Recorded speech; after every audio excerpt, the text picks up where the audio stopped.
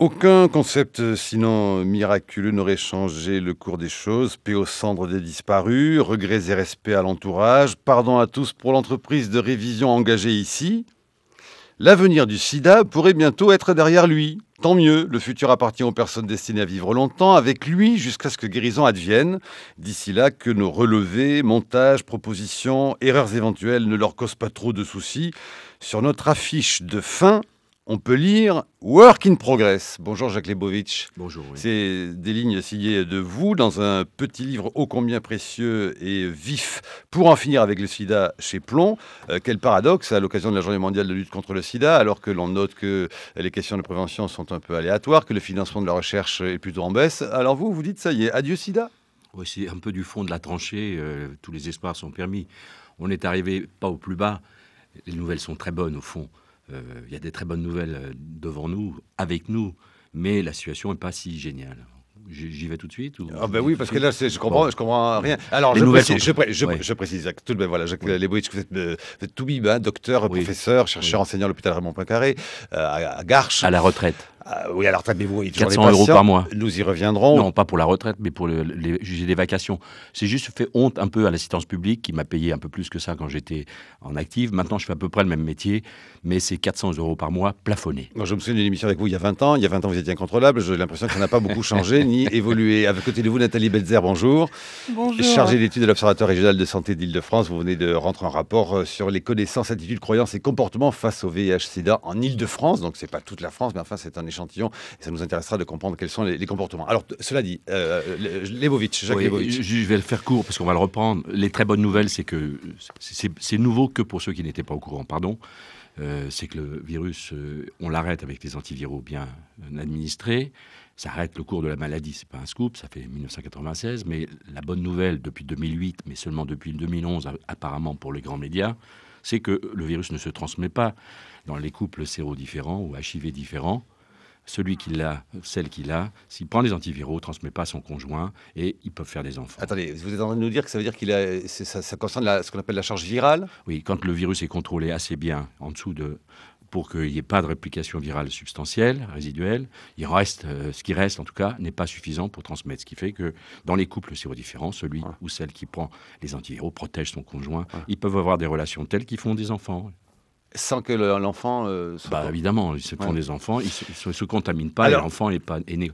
Mais on va le reprendre. Attendez, on va le reprendre. Donc, ça change complètement l'ordre de mon conducteur. Ça veut dire que vous êtes totalement irresponsable, Jacques Lebovitch. Non, pas du tout, totalement responsable. Je suis au courant que... La prévention et le préservatif. Oui, ça fait 30 ans justement, la prévention a échoué.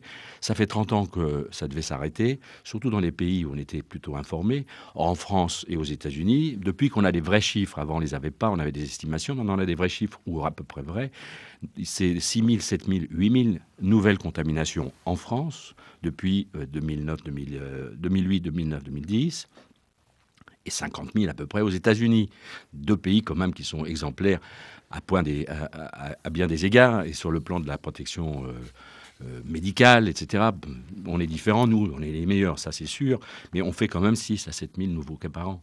Donc la prévention a raté l'épidémie, mais le vent de l'épidémie n'est pas tombé. Voilà, ça c'est pas une bonne nouvelle. Et qui est-ce qui est frappé ? C'est toujours à peu près les mêmes, les plus vulnérables, les jeunes homosexuels. À 50% au moins. Ah, je pensais, tout le monde nous disait, attention, vous allez faire l'émission sur le sida, ne la ramenez pas une fois de plus, et éternellement une fois de plus, à la question des homosexuels. C'est pas une fois de plus, c'est malheureusement pour... Ça se comprend très bien, c'est sociologique et c'est mathématiquement biologique. C'est pas lié à l'acte sexuel homosexuel, c'est lié au réseau homosexuel qui est plus petit que le réseau hétérosexuel. Il est fermé. Pour ces raisons strictement mathématiques, c'est 20% à peu près des porteurs de virus, des homosexuels qui sont dans la sexualité, qui sont séropositifs. Et dans tous les pays du monde, au Zimbabwe, au Pérou, en Argentine, où c'est à peu près de l'ordre de 14 à 25%. Donc il y a un problème avec le fait d'être dans un réseau de personnes à sexualité fermée, puisqu'ils sont Les homosexuels, ils font l'amour entre eux. C'est plutôt qu'avec des hétéros. Vous êtes au courant, ça, c'est pas un scoop. Bon, donc ils sont moins nombreux que les hétéros. Ça n'a pas changé. Non, mais bon. Et par contre, chez les hétéros à sexualité fermée, par exemple, dans une île en Afrique, dans le Malawi, c'est 35% de femmes et d'hommes de 30-40 ans qui sont séropositifs. Pourquoi ? Parce qu'ils sont dans une île où il y a 10 à 15 000 partenaires potentiels, et au bout d'un certain nombre d'années, tout le monde a fait le tour de tout le monde, à peu près, même s'il a fait avec un ou deux ou trois. Pas plus que ça, il ne suffit pas d'en avoir. Il n'y a pas besoin d'en avoir 42 ou 75, il suffit d'être dans un réseau fermé. Et ça, c'est la mathématique biologique qui fait que plus on est en réseau fermé, plus ça monte. Et chez les homosexuels, c'est vrai, la plaie, elle est là. Il faut qu'on les aide à en sortir. La malédiction, elle est ici, et arrêtons de faire du généralisme. Il faut aider les homosexuels qui rentrent dans leur sexualité à échapper à cette malédiction, on pourrait dire. Et le traitement aujourd'hui le permet à ceux qui ont l'argent quand même. Hein. Alors, vous connaissez les chiffres, vous savez ce que c'est qu'une trithérapie, combien ça coûte et Norvir, Truvada et autres médicaments qui coûtent dans les 3 000 euros par mois. C'est clair, c'est 12 000 euros par an et par personne. 15 000 $ par an et par personne. En France, c'est la solidarité nationale. En Amérique, c'est un peu moins sûr. Voilà. Vous avez le prix. Non, mais c'est pas le fait que ça coûte très cher, c'est le dernier côté de l'affaire. C'est le dernier. Vous dites ça aux Africains. Comment ça, c'est le dernier côté de l'affaire ? Non, mais eux, c'est 100 fois moins cher. C'est à peine 1 000 euros par an. Les laboratoires Non, les vrais chiffres, c'est plutôt moins que 1 000 euros par an. Mais ça en fait encore beaucoup pour des tas de pays. La question de l'argent, elle est considérable si on veut le mettre sur la table, mais c'est pas la raison pour laquelle l'épidémie continue. Et puis comme ici, c'est pas parce que ici c'est la solidarité nationale qui paye. Pourquoi ça continue ? Parce qu'il y a un tiers des gens qui sont avec le virus qui ne le savent pas, parce qu'il n'y a pas de dépistage bien ciblé. On fait des ciblages généralistes. On a lancé cette chose qui est assez, je dirais, emblématique, c'est pour réveiller les consciences, mais on ramasse très peu de séropositifs dans les urgences médicales, ça ne sert pas là. Il faut aller dans les backrooms, il faut aller dans les saunas, et tout le monde le sait. Et les communautaires, les aides, par exemple, l'association de séropositifs ou de militants, plutôt gays que tristes, ils vont dans les backrooms avec les tests à dépistage rapide, en 20 minutes.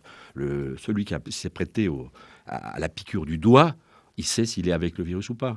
Enfin, il sait s'il est séropositif ou pas. Donc maintenant, il faut changer le dépistage. Et puis, quand même, ce qui est très étrange et qu'on a du mal à comprendre dans ce que vous dites, ça veut dire qu'on va aller, ceux qui pratiquent la sexualité dans les backrooms vont pouvoir aller avec leur petit traitement de trithérapie. Mais Non, c'est plus la peine. Pas du tout. Il faut parce que comme vous avez un conducteur, je peux pas. Oh non, ça y est, il a explosé en vol depuis longtemps. D'habitude, c'est toujours moi qui parle, mais bon, c'est normal, je suis à la radio et je suis très content, merci de m'avoir invité. Alors, c'est pourquoi tous les porteurs de virus ne prennent pas les antiviraux, alors que mathématiquement, puisque ça ne transmet plus quand on a les antiviraux, pourquoi ils ne le prennent pas mais parce que, d'abord, un tiers ne le sait pas, il faut faire de meilleurs dépistages, et deuxièmement, parce que quand vous avez 25 ans et que vous avez un médecin en blouse blanche qui vous dit « Monsieur, il faudra les prendre à vie », cette condamnation à vie n'est pas audible pour quelqu'un qui ne ressent aucune maladie, aucun symptôme, et il ne les ressentira pas avant longtemps. Donc, on ne se précipite pas. Et pourquoi on se précipite pas ? Parce qu'on vous dit, vous allez les prendre 7 jours par semaine, religieusement, sous peine d'un sacrilège qui serait l'intermittence. Et là, c'est tout à fait... Ça nous y viendra après, parce que vous en parlez dans votre bouquin, c'est un aspect extrêmement là, intéressant, il y a un nœud important, très important, y compris sur la question de l'économie. Oui. Nathalie Belzer, je rappelle, chargée d'études de l'Observatoire régional de santé d'Île-de-France, qui publie donc cette étude sur les connaissances, attitudes, croyances et comportements face au sida en Île-de-France. Votre réaction à ce que dit Jacques Lebovitch, et peut-être y remettre un peu du monsieur tout le monde dans cette histoire-là et de madame tout le monde, non ? D'abord, je voudrais dire que je suis quand même un peu d'accord avec ces arguments, mais je voudrais dire aussi qu'il y a quand même aujourd'hui encore un tiers des personnes qui se font dépister tardivement. Donc on a vraiment besoin là, en fait, d'une stratégie de dépistage. Maintenant, le sida et le VIH ne concernent pas que les homosexuels, concernent aussi la population hétérosexuelle. Et là, en fait, l'enquête que nous avons réalisée à l'Observatoire régional de santé, qu'on réalise en fait assez régulièrement depuis 3 ans, tous les 3 ans, en fait montre qu'il y a quand même des changements dans la représentation du sida qui a en fait une banalisation en fait un peu du risque du sida, mais de façon très positive. Et c'est normal parce qu'aujourd'hui, on n'est effectivement plus du tout dans une maladie mortelle, mais une maladie qui se soigne. Alors, c'est des médicaments à vie, c'est une maladie c'est-à-dire que c'est une maladie qui se soigne, mais dont on ne guérit pas. Mais dont on ne guérit pas. C'est compliqué, c'est pas une maladie, c'est un état. C'est une condition, comme on dit en anglais, condition. Vous êtes avec le virus, vous n'avez aucun symptôme pendant 20 ans. Vous savez, ça prend la médiane d'apparition des symptômes ou de la biologie du sida, c'est 11 ans. 50% des gens qui sont avec une infection HIV, 11 ans après, 10,9 années plus tard, Ils peuvent vivre 11 ans sans n'ont savoir. toujours pas de symptômes. Ouais. Ils peuvent ne pas le savoir s'ils ne sont pas dépistés, Oui, ça c'est vrai, oui. mais ils n'ont toujours pas de symptômes et ils n'ont toujours pas le sida. Ça veut dire que c'est très lent d'évolution, n'est-ce pas? Ça veut dire qu'on peut porter, c'est pas une maladie donc d'être porteur de virus. C'est un état plus qu'emmerdant puisque vous êtes condamné à être un transmetteur de virus dont on ne guérit pas et qui est mortel quand on vous soigne pas. C'est pas une blague. Les gens sont bien morts, comme vous le savez. Bon, c'est pas rien de porter le virus, mais c'est pas une maladie. Donc c'est un emmerdement sérieux et plus que ça. Et si vous devez prendre des traitements et qu'on vous dit qu'il faut les prendre 7 jours sur 7 sans faute pendant 10 ans, 15 ans, 20 ans, c'est pas raisonnable. Parce qu'il n'y a pas un humain qui fait ça. C'est pas vrai. On ne le fait pas sur la durée. C'est pas possible de faire ça. Si, les diabétiques le font, les gens qui ont des hépatites le font. Enfin, mais comment, vous avez déjà été diabétique. Vous savez ce qu'ils essayent de faire, les diabétiques, c'est d'essayer de sauter leur piqûre. Ils essayent par tous les moyens que ça soit un peu moins contraignant. C'est pas compliqué. Autrement dit, il faut faire des offres de soins, si c'est possible biologiquement et médicalement, faire des offres de soins qui soient moins rébarbatives, moins contraignantes, moins dissuasives. Voilà. C'est possible à condition de remettre tout à plat, on va en parler tout à l'heure. Nathalie Belzer, vous n'arriverez pas à en placer une? Non, décidément, c'est difficile. Non, attendez, là je me... Par rapport à votre étude, dans l'étude que vous publiez, il y a par exemple un chiffre, un des premiers chiffres qui est drôlement curieux, là aussi, enfin, intéressant. Seuls 27% des franciliens déclarent craindre beaucoup ou pas mal le sida. Oui, en fait, finalement, c'est pas beaucoup. C'est pas beaucoup, mais c'est mais en même temps, c'est normal, puisque c'est une maladie qui fait aujourd'hui moins peur. Alors, ça n'empêche absolument pas la population qu'on a interrogée dans l'enquête. Alors, c'est vrai que les données que je donne sont des données franciliennes, mais l'enquête a été faite aussi au niveau national et c'est la même chose. Ça n'empêche absolument pas, en fait, les jeunes aujourd'hui de se poser de plus en plus la question de savoir s'ils n'ont pas été contaminés. Ce qui n'est pas la même chose, c'est qu'en fait, on a d'un côté une moindre crainte de la maladie en tant que telle, alors je reprends moi le terme de maladie, mais en même temps, ça n'empêche pas les personnes de s'interroger de plus en plus fréquemment sur est-ce que j'ai été ou pas déjà contaminé au moins une fois dans ma vie. Donc, baisse de vigilance ou pas? A priori, les données de l'enquête sembleraient indiquer qu'il y a oui, une petite baisse de la vigilance. En tout cas, le préservatif est toujours très bien utilisé. Au premier rapport, quand on commence sa vie sexuelle, quand on commence une nouvelle relation. Mais a priori, il y a un abandon du préservatif derrière assez rapide et qui semble pas du tout en fait compensé par une autre méthode de contraception et qui n'est pas liée au fait de faire ou pas un test. Pas de contraception, de prévention. Non, même de contraception. Ah, de contraception, oui. En plus, ils font des enfants, alors. Donc, c'est pour ça qu'on a, j'imagine, un taux d'IVG quand même assez important. Mais en plus, ce n'est pas du tout lié au test, au fait de réaliser ou pas le test de dépistage. Donc, on a une déconnexion finalement, en fait, du préservatif, a priori, de l'enjeu préventif. 8h16, bonjour Brice Couturier. Bonjour Marc Vinchet. Alors vous avez lu le livre « Pour en finir avec le sida » publié chez Plomb de Jacques Lebovitch. Oui, avec beaucoup d'intérêt parce qu'on y apprend que chaque jour 1000 enfants naissent infectés du virus du sida en Afrique subsaharienne. En Europe et aux États-Unis, comme on vient de l'entendre aux informations, pratiquement plus aucun dorénavant. Des traitements appropriés sont disponibles. Ils ont permis de mettre fin à cette suprême injustice, naître malade. La lutte contre le sida a été longue et coûteuse, elle n'est pas terminée, mais depuis l'apparition des antirétroviraux, l'issue de la maladie a cessé d'être fatale. C'est désormais un état chronique face auquel on n'est plus démuni. Encore faut-il avoir accès aux fameuses trithérapies qui sont chères et à un personnel médical compétent. Or, en Afrique subsaharienne, le médecin le plus proche, il est souvent éloigné. Se faire dépister, prendre les médicaments appropriés, c'est aussi prendre le risque de se faire répudier par la famille de l'époux, alors même qu'il est, dans bien des cas, à l'origine de la contamination. Alors pour rester dans ce domaine de la contamination, j'ai trouvé dans votre livre, Jacques Lebovitz, une citation intéressante du bulletin des médecins suisses. Je vous cite, « Les tribunaux devront tenir compte du fait que les personnes séropositives ne souffrant d'aucune autre infection sexuellement transmissible, bien sûr, et suivant un traitement antirétroviral efficace, ne transmettent pas le VHS par voie sexuelle lorsqu'ils évolueront le caractère répréhensible d'une contamination au VIH. » Fin de citation. Et vous nous expliquez que, je vous cite, « Pour qui prend correctement cette trithérapie, les traitements antiviraux réduisent assez le taux de HIV pour que les muqueuses ne contiennent plus assez de virus pour le transmettre aux partenaires intimes. » C'est une avancée décisive, en effet, parce qu'elle peut relancer le débat sur la pénalisation de la contamination volontaire. Je rappelle, de ce point de vue-là, sur le plan juridique, l'arrêt décisif, encore une fois, de la Cour d'appel de Colmar de janvier 2005, qui avait dit que, à la suite duquel, en tous les cas, plusieurs personnes ont été condamnées à des peines de prison par les tribunaux correctionnels et par les cours d'assises pour avoir caché délibérément leur séropositivité et l'avoir transmis l'infection VIH donc à un ou plusieurs partenaires au cours de relations non protégées. La Cour en question, la Cour d'appel de Colmar, s'était appuyée sur la législation punissant l'administration délibérée de substances nuisibles entraînant une infirmité permanente. La France, contrairement à d'autres pays comme le Danemark ou les États-Unis, n'a pas créé d'infraction spécifique de transmission du sida. Cela visait en particulier, puisqu'il s'agissait généralement de femmes, l'impossibilité de procréer de manière naturelle sans risquer de contaminer le fœtus. On se souvient que l'association de défense des séropositifs, que les associations de défense des séropositifs, mais aussi le Conseil national du sida, étaient hostiles à cette pénalisation. ACT UP avait d'ailleurs réagi à l'arrêté de la Cour d'appel de Colmar en ces termes, je cite, La criminalisation est une insupportable guerre ouverte aux séropos. Elle est aussi l'aveu à peine masqué que la société tolère l'échec des politiques sanitaires. Nous nous battrons contre. Et puis donc le Conseil national du sida plaidait lui pour la thèse de la responsabilité partagée, parce qu'après tout, chacune est libre d'exiger ou non l'usage du préservatif.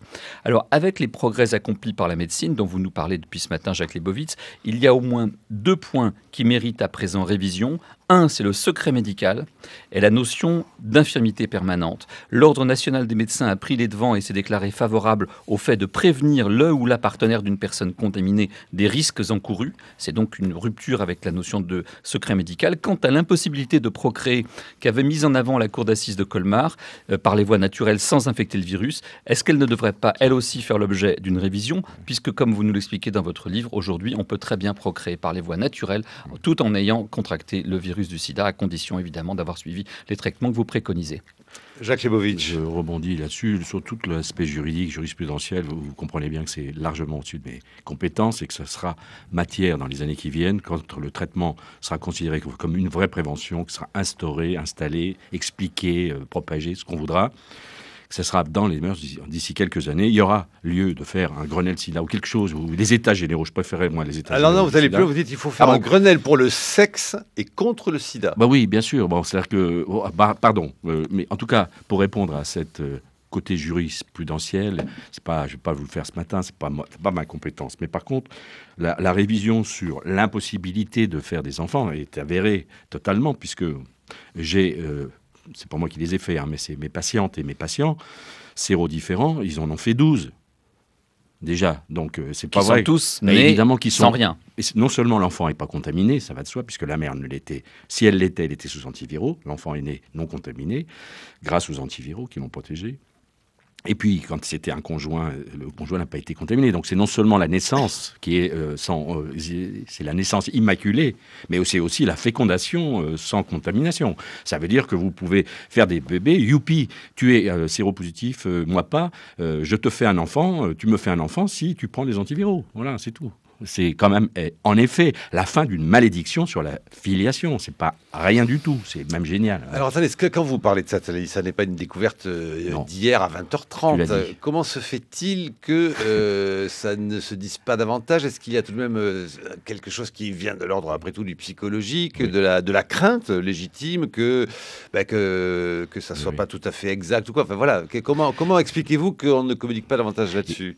Là, encore une fois, si vous voulez... Ça fait combien de temps que vous le savez? Mais moi, je le sais depuis que j'ai des femmes qui sont sous traitement antiviral parce qu'elles voulaient un enfant. Non, d'accord, mais donc que vous en êtes sûr que les exemples font loi. On va dire que depuis 2008, l'affirmation incroyablement courageuse, des médecins suisses, il faut dire que c'est un des pays européens où on a condamné un maximum de gens.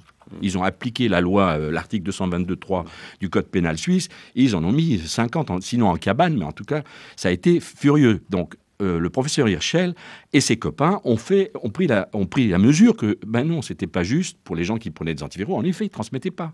Voilà. Donc, dont acte, et ça s'est vérifié depuis. Et c'est vrai qu'en 2011, il y a eu la grande étude dont tout le monde a parlé dans les journaux, grand public, au NIH, c'est que les couples différents, quand ils commençaient le traitement assez tôt, ben, ils transmettaient pratiquement pas ou pas du tout, à comparer à ceux qui attendaient encore pour les traitements à venir. Donc, la démonstration est faite, et ACT UP et TRT5 et AIDE et toutes les associations ont pris acte que le traitement était un moyen de prévention. Et c'est ça, la nouvelle donne. Et là, la possibilité d'en finir avec le sida entre sur les papiers. 90%, 95% des porteurs de virus prennent les antiviraux. Et l'épidémie cale. On n'a plus 8000 cas, on a 80 cas en 2015. Nathalie Belzer, comment les gens que vous avez interrogés et étudiés en Ile-de-France perçoivent justement alors les discours sur la prévention en l'occurrence et le discours du corps médical? Alors en fait, ce qui se passe, nous, ce qu'on observe en fait sur 18 ans d'évolution, que le discours médiatique a énormément changé ces dernières années, surtout après l'arrivée des traitements. Et je pense que là, on en est un exemple concret. C'est qu'en fait, ce dont on parle aujourd'hui, c'est du traitement. Et c'est pas de protéger, de donner les moyens d'informer pour que les personnes acquièrent de l'information et se protègent. En fait, on est vraiment dans un changement en fait un peu de paradigme. Permettez que je l'ouvre une nouvelle fois. Ça fait 20 ans, 30 ans que la recommandation universelle, humaniste est tout à fait bien comprise. On pourrait dire empathique, c'est le sida ne passera pas par moi. Sous-entendu, moi, je suis séronégatif, je serais vraiment le roi des cons à l'attraper. Et comment on fait pour ne pas l'attraper? On fait tout ce qu'il faut faire. D'accord? Bon. Là, c'est un renversement radical de paradigme, ce que dit aux 150 000 porteurs de virus quand ils se connaîtront. Il y en a 50 000 qui ne savent pas. Il y en a un tiers. On dit qu'il y en a 50 000 qui ne savent pas qu'ils l'ont. Dans tous les pays. En Amérique, c'est pareil. Mais en Amérique, c'est pareil. Ça fait quand même beaucoup qui ne savent pas. Bon. Mais si 150 000 porteurs de virus versus 44 millions de personnes en état d'activité génitale, c'est bien plus simple de dire à 150 000, le sida, vous ne le transmettez pas, n'est-ce pas? Puisque c'est vous qui le dites, le sida, je ne le transmets pas parce que je suis sous antiviraux. C'est ça le changement de pied. Nathalie Belzer. Mais on est d'accord que c'est ça le changement de paradigme. C'est fini, Nathalie Belzer, Jacques Il y a ce il n'est changement pas de encore paradigme. rentré. Et il y a surtout le fait qu'aujourd'hui, il faut énormément insister. En fait, je pense qu'aujourd'hui, la prévention, c'est le test. Parce que avoir accès au traitement antirétroviraux, c'est déjà savoir si on est séropositif ou pas. Et c'est pour ça qu'en fait... C'est le moyen nécessaire. C'est pas le moyen nécessaire pour arriver au traitement. Parce que si vous avez un test et que vous ne prenez pas les antiviraux, ça continue pareil. Non, mais d'accord, c'est la condition préalable de toute façon. Ça va de soi, c'est l'instrument nécessaire. Et c'est pour ça qu'en fait, aujourd'hui, la prévention, c'est surtout en fait basé sur le recours aux tests de dépistage. Voilà, et qu'on va intensifier. Voilà, le fameux test minute. Voilà, le test minute, c'est très bien. Mais une fois que vous avez dépisté quelqu'un qui a 25 ans, qu'il est séropositif, et que vous lui dites vous allez prendre les traitements à vie 7 jours par semaine pendant 10 ans, 15 ans, 20 ans, parce qu'à vie ça ne veut rien dire, mais si ça dure 10, 15, 20 ans, il n'est pas pressé de le faire, puisqu'il ne sent aucun symptôme, elle ne sent aucun symptôme, et c'est dans 10 ans qu'il sera malade. Donc, c'est pour ça aussi qu'il faut... Mais le test, que je veux dire, le test n'a pas de vertu préventive, il ne faut pas dire le contraire des choses. Il faut donc pouvoir, après, proposer le traitement. Il faut proposer le traitement, et pour proposer le traitement, il faut faire une offre de soins qui ne soit pas dissuasive. Et c'est là la prévention consiste aussi à éviter de se contaminer. Et donc là, il y a deux choses. C'est... non, mais là, c'est... Alors, par ailleurs, il faut que celui qui est porteur de virus ne le distribue pas. Mais ça, on tombe sous le coup de la loi. Ça n'a pas changé. Ça ne changera pas. Si vous transmettez et que vous le savez, eh ben, vous faites... Comme si vous ne le saviez pas, mais que vous êtes dans un acte potentiellement dangereux, vous tombez sous le coup de toutes les lois du monde. Ça ne changera pas. Ce que je veux dire, moi, c'est que la prévention, elle doit être multiple. C'est-à-dire qu'elle doit être aussi bien l'utilisation des traitements pour baisser en fait les charges virales et qu'il n'y ait plus contamination d'une personne contaminée vers une personne non contaminée. Il faut aussi développer, en fait, et c'est ce qui se passe aujourd'hui avec le plan national VIH-IST qui, en fait, recommande le dépistage généralisé. Mais il faut aussi toujours quand même poursuivre les efforts de prévention sur l'utilisation des méthodes de protection à l'égard du VIH, qui est le préservatif en l'occurrence, qui est quand même le seul moyen aujourd'hui encore de barrières pour attraper le virus. Mais c'est une barrière pieuse, chère madame, puisque justement l'épidémie n'a jamais retombé. Donc on peut continuer à dire le préservatif, il ne suffit pas de le dire, il faut que les gens les mettent 100 fois sur 100. Or, l'histoire est faite que les humains ne se mettent pas un bout de caoutchouc sur le bout du zizi, parce que ce n'est pas été fait pour ça, Dieu ne l'a pas voulu, et le pape non plus. Mais c'est pas une utilisation régulière et constante. Donc, on peut toujours continuer à aller à la messe et dire qu'il faut mettre les préservatifs, c'est très bien, mais ça a échoué. Donc c'est pour ça qu'on a l'épidémie qui ne tombe pas. Faisons autrement. Le déploiement, c'est les traitements. Et pour les traitements, il faut redépister les gens. Évidemment, on ne va pas traiter tout le monde. On va traiter que les 150 000 porteurs. On va leur faire une proposition. Il faut qu'ils soient d'accord. Ils vont se traiter pendant 10-15 ans. Il faut qu'ils aient envie de les prendre. Et pour avoir envie de les prendre, il ne faut pas que ça soit aussi contraignant, c'est-à-dire avec autant d'effets secondaires, avec la condamnation à vie, avec cette espèce de truc. Mais en même temps, moi, je suis complètement d'accord. Ce que je veux dire, c'est que juste, il ne faut pas que ça s'accompagne, en fait, cette espèce d'espoir et de positivité qu'on a. Il faut aussi qu'elle n'entraîne pas des conséquences, en fait, sur un relâchement, parce qu'on aurait l'impression tout d'un coup que le virus ne tue plus, que c'est juste une maladie chronique. Sachant qu'en plus, les personnes ne sont pas conscientes, effectivement, de ce que ça veut dire que de prendre des médicaments à vie. Je pense qu'il faut rester vigilant quand même sur le discours que l'on tient et être capable quand même d'être prévention. Alors, à ce stade-là, il nous faut aborder, Jacques Lebovitch, écoutez-moi une seconde, il nous faut aborder un aspect extrêmement important de votre livre, qui est sans doute connu, et bien connu des spécialistes, des associations évidemment, qui était moins connu de nous, mais ça nous verrons loin. Il nous faut l'aborder là pour avoir le temps de le développer, parce que c'est assez complexe et très, j'allais dire, innovant pour parler à la mode, mais bon. Alors, vous dites dans votre livre qu'au fond, on pourrait à la fois, et ça concerne des questions d'ailleurs économiques, tout simplement de la santé, relative à la sécurité sociale, mais aussi à la santé physique des gens. Vous dites qu'il est donc possible aujourd'hui de ne pas prendre un traitement anti-VIH quotidiennement. Oui. Alors, expliquez-vous. Oui, c'est pas que c'est possible, c'est que ce que j'ai fait depuis 9 ans, j'ai fait des prescriptions réductives avec la conviction que passer les 6 premiers mois ou la première année du traitement d'attaque de commencement, où il faut assurément bombarder 7 jours sur 7, sans un manque tous les jours, parce que sinon le virus se dégage, on le sait bien. Donc c'est là où ça peut rater. Mais une fois que le traitement est bien établi, le traitement d'attaque commence la phase d'entretien qui va durer 20 ans. C'est 1 an versus 6 mois versus 20 ans. Grosso modo, quoi. C'est-à-dire l'espérance de vie que l'on donne à quelqu'un qui porte le VIH. Il n'y a pas de raison que ça s'arrête, quoi. Je veux dire, donc c'est infiniment. Donc infiniment jusqu'à la guérison, qui est, comme vous le savez, le Saint Graal. Bon, voilà, on ne sait pas quand est-ce que ça viendra. Ça viendra pas dans le vaccin. Mais ça, oui, non, le vaccin, c'est autre chose. C'est même pas le vaccin. C'est quand est-ce qu'on pourra arrêter de prendre des antiviraux. Voilà. Eh bien, moi, je l'ai fait autrement. Reprenons l'idée qu'on peut ne pas prendre quotidiennement les antiviraux. Après une analyse déconstructive profonde, qui est dans le livre, sur qu'est-ce que c'est que le sida en réalité, et qu'est-ce que c'est que ce mythe des CD4 en moins, qui est une obsession doctrinale, qui oblige pratiquement tous les prescripteurs et tous les responsables de la prescription et les groupes d'experts à ne jamais vouloir lâcher le pied, c'est de faire remonter les défenses CD4, les lymphocytes qui sont tombés. Alors, il faut dire, les CD4, qu'il faut... Les lymphocytes... Pour ne pas être en danger de mort, il faut en avoir quoi? Au moins 200. Non, mais c'est eux qui disent ça. Mais comment ça, c'est eux qui disent ça? Non, mais ils disent ça. Non, mais ils disent ça. Bon, c'est... Vous l'avez dit, vous aussi, à une époque, sans doute, quand vous étiez... Je me suis fait une raison. Vous êtes un des pionniers de la recherche sur le sida, faut-il le rappeler. En 1982-83, quand on a proposé cette construction, je me suis fait une raison, comme on dit. Eux, ils s'en ont fait une religion. C'est pas tout à fait pareil. Moi, je suis pas croyant. Je suis même un mécréant affreux. Je m'en doutais. Oui, bon, on sait bien, mais non, parce qu'il n'y a que en science. Bon, il y a alors que reprenons suivant, parce que c'est vraiment important cette histoire. Donc, en ayant les yeux fixés sur la ligne bleue de la cime CD4 au-dessus de 500, les lymphocytes, nos défenseurs, etc., ils ne peuvent pas imaginer qu'on peut lever le pied. Pourquoi? Parce qu'il y a plus de la moitié des gens qui sont sous traitement aujourd'hui dans les pays occidentaux qui n'arrivent jamais à 500 CD4. Donc on est toujours en manque de ce comblage de trous qui est... tout en vivant correctement. Oui, bien sûr, mais qui est le parangon absolu, enfin qui est l'allégorie sublime, suprême, c'est là le but absolu. Et c'est marqué dans toutes les prescriptions, en particulier en France, pas dans tous les pays du monde, mais notamment le Politburo français veut absolument qu'il faut faire remonter les CD4 au-dessus de 500. Moyennant quoi, tu peux jamais lever le pied puisque tu n'y arrives jamais. Alors, donc vous dites qu'il peut y avoir une prise de médicaments qui n'est plus quotidienne, mais qui ne met pas en danger la vie du patient. Mais vous allez plus loin. Non seulement d'un côté de l'économie, elle fait faire des économies, mais de l'autre, vous dites qu'elle apporte un gain de santé parce qu'elle réduit de fait tous les effets secondaires très importants de traitement à long terme. Je ne peux pas jurer que ce soit un gain de santé, mais je vous le fais très clair. Si vous prenez 4 jours par semaine au lieu de 7, et je dis tout de suite que ceux qui sont en train de prendre des pilules se croient pas autorisés d'aller ce soir se faire un petit frichti original et de se conseiller. C'est sous des conditions restrictives que je vous avons bien médical, oui. Surtout ne le faites pas, bande de... Oui.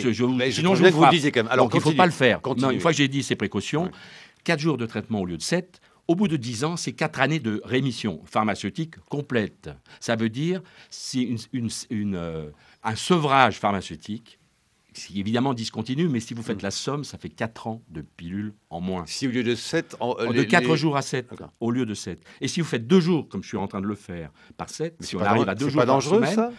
C'est dangereux. Si vous le faites, vous, là, ce soir, les uns et les autres, c'est extrêmement dangereux, interdit de le faire. Mais moi, je l'ai fait dans des conditions progressives et sous grande surveillance. Et je dis, il faut vérifier que c'est vrai qu'on peut faire ICAR intermittent en cycle court, avec 2C. Oui, c'est le nom de... Les antirétroviraux 2R restent efficaces. ICAR, il faut que le projet ICAR soit validé par des essais multicentriques nationaux, internationaux, que tous les pays, que 100 ICAR fleurissent, pour qu'on sache si c'est vrai. Alors, ICAR, oui, c'est vous qui l'avez créé. J'ai inventé cet acronyme pour dire les traitements intermittents sont efficaces sous certaines conditions. ICAR, avec 2C, 2R, parce que si jamais on se brûle une aile, il y en a une deuxième. Vous voyez ce que je veux dire ? Bon, et avec 2 moteurs à l'arrière. J'allais dire qu'il est un peu dangereux, votre acronyme ICAR. Oui, ICAR, ils tombent. Hein. Non, avec 2C, 2R, un peu moins. D'accord. Et c'est pour dire aussi que c'est pas... La guérison. Non, mais non seulement c'est pas la guérison, mais il faut faire la démonstration et assurer les bases de ce que moi j'ai observé. Si j'ai observé justement, alors on est en surmédication.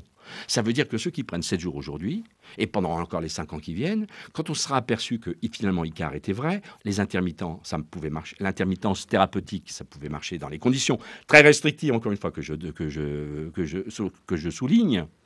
Alors, il y aura question d'une surmédication rétrospective. Vous allez quand même pas nous dire qu'il va y avoir, que se prépare une espèce d'affaire Mediator avec la surmédication du traitement. La différence entre Mediator et les antiviraux, c'est que Mediator, c'était un poison au départ. C'est Landru. Voilà. C'est pas moi qui l'ai dit, c'est le professeur Even, il a dit que c'était Landru qui avait fabriqué l'isoméride, puis son substitut derrière, qui faisait les mêmes choses sur les valves cardiaques de droite ou de gauche. Je veux dire cœur droit ou cœur gauche. Bon, ça n'a rien à voir. C'est pas des poisons directement. Mais enfin, sur 20 ans, on ne sait pas si c'est génial d'avoir ça dans le corps. Et si on peut le faire avec moins... Si ce moins... Vous voulez dire qu'on allège quoi, y compris le risque des effets secondaires. C'est-à-dire qu'on fait... Non, c'est juste un principe de précaution. Si vous faites moins et que c'est aussi bien, c'est mieux, non ? Bon, voilà. Brice Couturier. Oui, il y a un aspect un peu archéologie du savoir à la Foucault qui m'intéresse bien dans votre livre, Jacques Lebovitch. Vous n'y avez pas réfléchi, vous êtes dans l'action, vous foncez, mais vous nous montrez Comment que... je n'ai pas réfléchi ? Non, mais vous allez voir. Un blanc, c'est-à-dire le fruit. Ce que j'ai compris en vous lisant... c'est que les hommes de science comme vous sont prisonniers des représentations de leur temps et que par exemple vous nous dites Pasteur et sa théorie nous ont présenté les lymphocytes comme des soldats parce que Pasteur vivait à une époque où la question de la guerre était d'une grande actualité. On parlait de la santé comme de la guerre. Hein, la santé était une question de guerre. Microbe, guerre épais, Pasteur, et vous nous expliquez avec Latour qu'on n'en est plus là et que c'est précisément pour ça qu'il faut éviter la surmédication. Il ne faut pas avoir les yeux fixés sur la ligne des Vosges, c'est-à-dire la ligne bleue des Vosges au-dessus de 500 CD4 et qu'il faut abandonner ce genre de raisonnement, qu'il faut abandonner les lignes Maginot. Il faut se faire une autre représentation de la santé que celle qu'on avait qui était métaphorique sur le plan, qui était dictée par des métaphores guerrières. Excusez-moi. J'ai failli vous interrompre, mais ça m'étonne pas. Mais ce que je voulais dire, c'est qu'en effet, non, mais je vais pas abandonner comme ça. C'est simplement, ça tient pas la route. Les faits viennent démentir cette construction mythique. C'est ça que dit le livre. Et la ligne. Attends, il y a 7 incongrus, plus 2 oxymores, plus 3 impasses, etc. Je ne veux pas faire le livre maintenant. Lisez le livre, ça coûte que 15 balles. On peut y aller. C'est pas 15 euros. 15 euros, c'est pas 15 balles. Oui, pardon, 15 euros. La parité francs-euros, si voilà. C'est ce que je veux dire. Hein. Bon, c'est pas, et je fais pas de la promotion. Moi, je fais ce livre pour en finir avec le sida, c'est-à-dire proposer des traitements raccourcis qui sont une façon tactique de proposer une offre de soins qui sera tellement moins dissuasive qu'on pourra peut-être soigner la majorité des séropositifs qui n'auront pas envie de ne pas les prendre, convaincus que finalement c'est mieux de ne pas avoir un virus transmettable, en plus que ça arrête la maladie, il ne faut quand même pas oublier. C'est-à-dire que non seulement tu n'as plus le sida, mais en plus tu ne transmets pas. Tu peux faire des enfants, et tes artères sont probablement dans un moins mauvais état que si tu laisses aller le virus pendant des années. Donc, il y aura vraiment beaucoup d'arguments pour dire il vaut mieux les prendre. Et moins tard, c'est peut-être mieux que plus tard. D'accord ? Si on arrive à ça, j'aurais réussi mon coup pour en finir avec le sida, mais pas en 2050. Ouais, vous aurez les labos contre vous, cela dit. Là, Mais les labos, parce qu'ils vont vendre moins de médicaments. Mais je serai mort quand ça sera fait, ça n'a aucune importance. Ils diront cracher sur ma tombe. Ça me fait plaisir rien d'y penser. Agnès Bella-Siccaré. Tout est très très intéressant. On parle beaucoup du coût élevé des traitements contre le sida. Donc comment est-ce qu'on fait pour calculer le coût des traitements par année de vie sauvée, compte tenu du fait qu'on ne traite pas seulement la maladie, mais également qu'on prévient la transmission. Donc j'imagine que les statisticiens savent très bien faire ça. Et est-ce qu'on peut faire un petit calcul de coin de table ensemble pour savoir, avec votre proposition, de combien ça diminuerait le coût par année de vie sauvée, et comment ça se compare avec d'autres stratégies de santé publique, puisque finalement la ressource est limitée et il faut lutter contre un très grand nombre de fléaux. Oui, c'est vrai.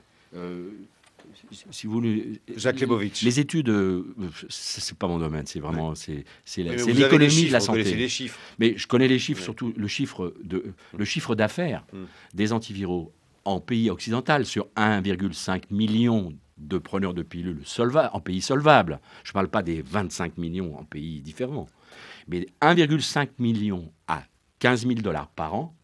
C'est pas difficile, hein. Même moi qui ne sais pas calculer, ça fait sur 20 ans de l'ordre de 200 milliards, n'est-ce pas? Bon, si vous enlevez 40% de 200 milliards, parce que 4 jours sur 7, ça fait 40%, si vous enlevez 70, parce que 2 jours sur 7, c'est ça, vous voyez ce que ça veut dire. Donc forcément qu'on ne peut pas leur demander à l'industrie pharmaceutique de venir se faire couper les pieds et de demander aux médecins qui travaillent avec eux, ce que j'appelle les médecins collaboratoires. Je laisse une seconde pour que les gens entendent bien. Voilà, comme ça on recevra des mails. Ceux qui auraient Merci. un peu... Merci bien, voilà. Les médecins collaboratoires, ils ne peuvent pas être tout de suite d'accord pour prescrire moins que 7. Parce que pour la prudence, Mais parce parce que c'est comme que, ça. mais parce qu'on Et parce qu'on n'a pas fait les essais. On ne va pas leur reprocher la prudence en même Mais il temps. faut qu'ils fassent les essais. Là où je leur reproche à tous, et au quartier général et aux quartiers généraux, feu sur les quartiers généraux. Quartier général. Ah, ça, c'est dans Oui, Mao d'accord. Tse-tung. Oui, d'accord. Je suis devenu sarko-maoïste après avoir été mais je marxiste saurais pas ça féministe. maintenant. Bon. Non, mais n'importe quoi, Allez, on s'en fout, on ne va enchaînez. pas parler de moi, Enchaînez. on parle que du HIV. Mais je peux pas... Bon, vous me mettez toujours dedans, je n'arrive pas à savoir si on doit parler de lui ou de moi. Bon, oubliez-moi. Les deux en général. Et du coup, en général, je voulais dire, c'est... Le quartier général, sus au quartier général. Il faut qu'il efface les essais. Ça fait 2 ans qu'on a publié dans un journal irréprochable, avec un comité de lecture indépendant, les premières observations. En anglais, c'était SCARIET, c'était encore pire que ICAR, ça veut dire Short Cycles of Antiretrovirus are effective yet intermittent therapy. Bon, merci pour l'anglish, mais ça veut dire SCARIET, en anglais, si tu entends bien, ça veut dire ça fout encore les boules. Oui. Bon, je l'ai fait exprès, pour dire c'est pas gagné puisqu'on n'a pas fait les essais. Voilà. Vous comprenez? Scary. C'est scary yet, encore. Ah oui, scary yet. Yet, you know what? Bon, ouais, attends, ça va pas me faire le coup. Moi, je suis shakespearien d'enfer. D'ailleurs, on m'appelle Jacques Spire quand on veut me faire chier. Bon, alors, donc, je veux dire qu'on fasse ces essais, que 100 ticards fleurissent. Que vous disent les associations ACT UP et Aide? Commence à entendre. Ils ont compris que 4 ans de rémission pharmaceutique, si c'est vrai, ils n'ont pas envie de s'en priver. Et cet argent économisé, on ne pourrait attendez, pas le donner en attendez, Afrique, ça, là où c'est ce qui est difficile alors là, d'obtenir c'est- les Alors là, antirétroviraux. tous les gestionnaires de l'économie peuvent y aller. Vous savez, ça coûte à peu près 1 milliard par an de traiter les 100 000 séropositifs. Et quand on est à 150 000, ça fait juste 50% de plus. Ah, ça fait un bon paquet. Parce que les 200 milliards en Afrique, on ne les voit pas. Je veux dire, pendant ce temps-là, vous voyez ce que je veux dire? Non, je ne vous parlais même pas de l'Afrique. Je vous ai parlé pourtant. que des gens solvables. Oui, Pour bah vous dire- justement, moi, ce qui m'intéresse, c'est les autres. Non, mais pour vous dire que la puissance de feu de l'industrie pharmaceutique est énorme. C'est quand même, c'est presque de l'ordre de Boeing et compagnie. Vous voyez ce que je veux dire? C'est pas rien. Donc, il y a des positions acquises, il va falloir les déplacer. Et pour les déplacer, il faut que le peuple séropositif monte et fasse la commune de Paris, de Nantes et de Tours, où j'ai été hier, et de Rennes, et dise: ah non, si on en prend trop, on veut le savoir le moins tard possible. Faites les essais ICAR pour prouver que, ou bien Lebovitch est un fada, et il faut le mettre, non pas à la basilique Saint-Denis, où j'espère aller à la fin, mais à Sainte-Anne, merci, Voilà. et qui retourne là où il a toujours jamais dû quitter, ou qu'au contraire, on établisse les traitements intermittents en cycle court. Comment voyez-vous, Nathalie Welzer, les effets de ce que dit Lebovitch là aujourd'hui, qu'on n'a encore pas entendu de façon, comme on dit, grand public, sur éventuellement l'opinion, quand on lit dans votre étude notamment que tout de même il y a des idées reçues qui ont la vie dure, parce que je lis Alors, vous imaginez bien les médecins pour essayer de souscrire à ce que dit Leibovitch. Je lis que 21% des franciliens interrogés continuent de croire, dans votre enquête, que le virus du sida peut se transmettre par une piqûre de moustique, 13% dans les toilettes publiques et 6% en buvant dans le verre d'une personne contaminée. On n'est pas rendu. Hein.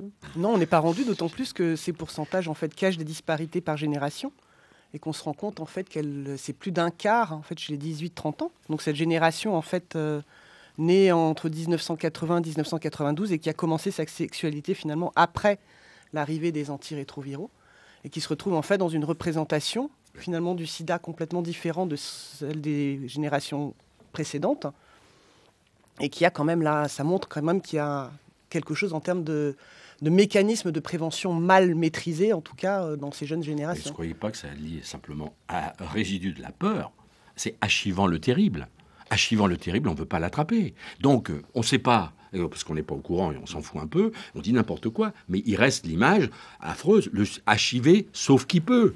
Et moi je dis, il faut dire le sida. Ah non, attendez, non, il y a une grande responsabilité de l'institution médicale d'avoir dit le sida tel qu'il n'était pas. Il est temps de dire ce qu'il est réellement. Mais pendant 30 ans, non pas un défenseur du système immunitaire, non pas alors, c'est ce que vous dites ne dans votre transforme livre, pas là, en passoire. Alors, il faut que, de quoi le sida est-il le nom? D'une infamie. Faut arrêter ces conneries, ça suffit. C'est absolument mythique. En plus, c'est même pas vrai. Les faits sont contre ça. Donc remettons les choses. Qu'est-ce qui n'est pas vrai? C'est pas vrai que les syndicats nous défendent. Au contraire, moins on en a et mieux on se porte. Et quand ils reviennent, ils font une maladie très grave qui s'appelle le syndrome inflammatoire de reconstitution immunitaire. Ils ont osé appeler ça comme ça, qui te fout des tuberculoses gravissimes, te pète le cerveau, etc.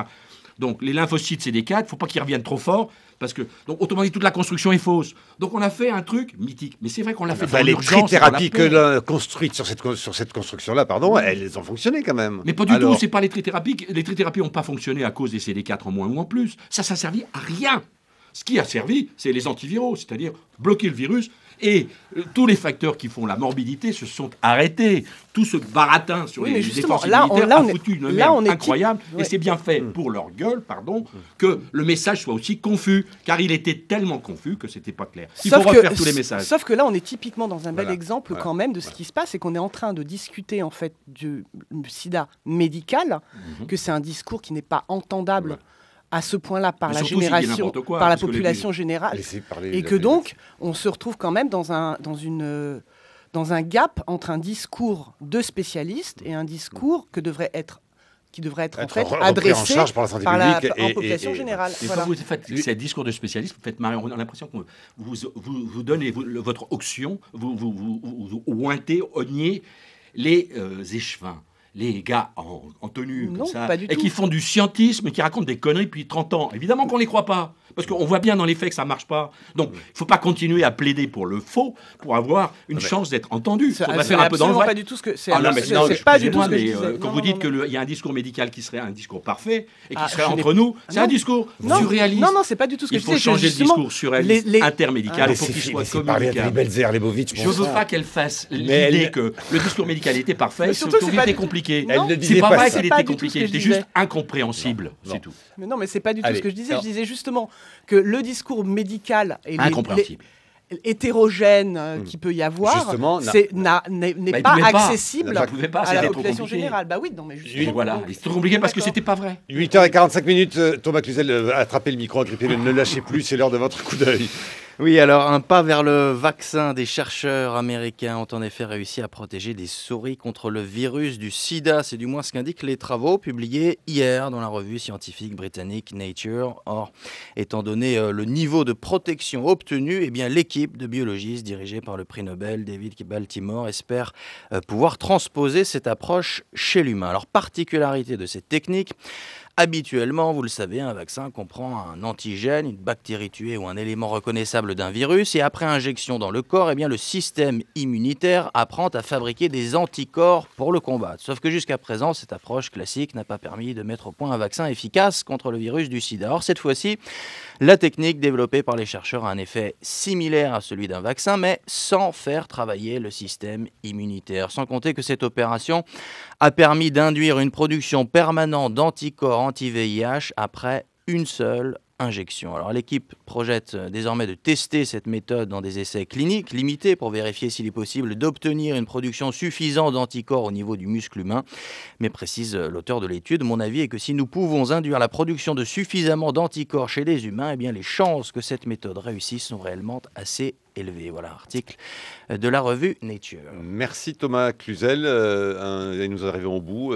Jacques Lebovitch, juste un un commentaire là-dessus. sur le vaccin, pas vaccin. Des souris et des hommes et des femmes.